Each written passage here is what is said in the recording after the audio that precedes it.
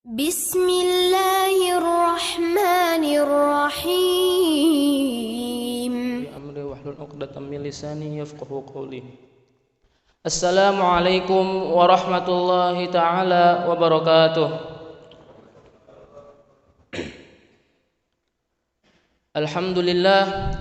Alhamdulillahilladzi bi ni'matihi tatimmus shalihat wa bi fadlihi tunazzazul mubarat. Wassalatu wassalamu ala afdalil kainat sayyidina wa nabiyyina Muhammad ibn Abdillah khatimur risalat wa ala alihi wa sahbihi wa tabi'ina lahum bi ihsanin ila akhir sa'at. Amma ba'd.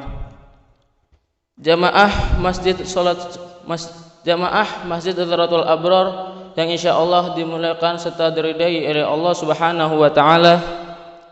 Pada kesempatan kali ini izinkanlah kami untuk menyampaikan sebuah hadis qudsi yang bertemakan tentang menggapai hidayah atau petunjuk Allah Subhanahu wa taala.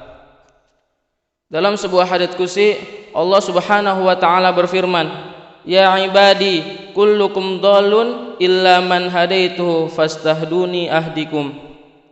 Yang artinya, wahai sekalian hambaku, kalian semua berada dalam kesesatan kecuali yang kuberi petunjuk. Maka mintalah petunjuk kepadaku, niscaya akan kau beri petunjuk. Hadis riwayat Muslim nomor 6737. Isi kandungan dalam hadis ini: 1. Bahwa hidayah adalah anugerah Allah Subhanahu wa taala yang teragung dan terindah. Maka nikmat hidayah adalah nikmat yang harus kita syukuri. Kita syukuri dengan ucapan, perbuatan, serta pengakuan bahwa nikmat itu datangnya dari Allah Subhanahu wa taala.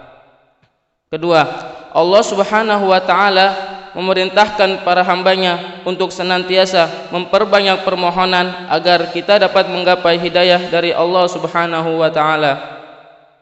3. Sebaliknya, keengganan atau ketidaksungguhan untuk berdoa kepada Allah saat memohon hidayahnya merupakan sebab besar yang menjadikan seorang muslim terhalangi dari hidayahnya. Dan Allah Subhanahu wa taala sangat murka terhadap orang yang enggan berdoa kepadanya. Rasulullah sallallahu alaihi wasallam bersabda, "Sesungguhnya barang siapa yang enggan untuk memohon kepada Allah, maka dia akan murka kepadanya." Hadis riwayat Tirmizi nomor 3373. 4. Banyak orang mempunyai keinginan serta niat untuk berbuat kebaikan, tapi mereka menunda-nunda dalam melaksanakannya. Alasan mereka adalah karena belum mendapatkan hidayah. Apakah benar mereka menunggu-nunggu hidayah atau mungkin sedang terjebak dalam perangkap setan? Rasulullah sallallahu alaihi wasallam memperingatkan, segeralah beramal sebelum tiba ujian yang membuat semua gelap. Dalam kondisi itu, seseorang yang di pagi harinya muslim berubah kafir di sore hari, atau di sore harinya muslim berubah kafir di pagi hari. Hadis riwayat Muslim.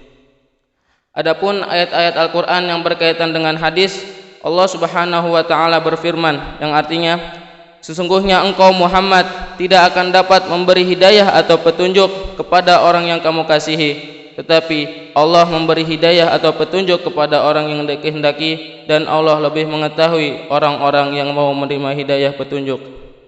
Quran Surat Al-Qasas ayat 56. Allah Subhanahu wa taala juga berfirman di dalam surat Al-Kahfi yang artinya, barang siapa diberi petunjuk oleh Allah, maka dialah yang mendapat petunjuk, dan barang siapa yang disesatkannya, maka engkau tidak akan mendapatkan seorang penolong yang dapat memberi petunjuk kepadanya.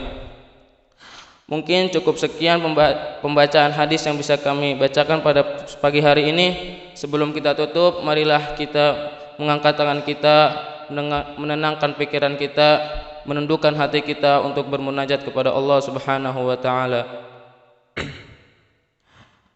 Bismillahirrahmanirrahim.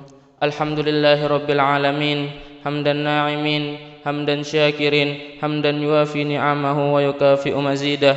Ya Rabbana lakal hamdu wa lakal syukru kama yanbaghi li jalali wajhikal karim wa 'azimi sultanik. Allahumma salli ala Muhammad wa ala alihi wa sahbihi wa barik wa sallim.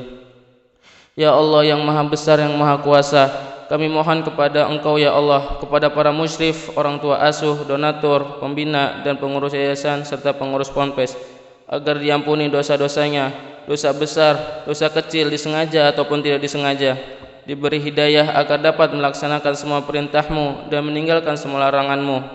Diberi kesehatan agar bisa istiqomah dalam melaksanakan ibadah baik yang wajib maupun yang sunnah.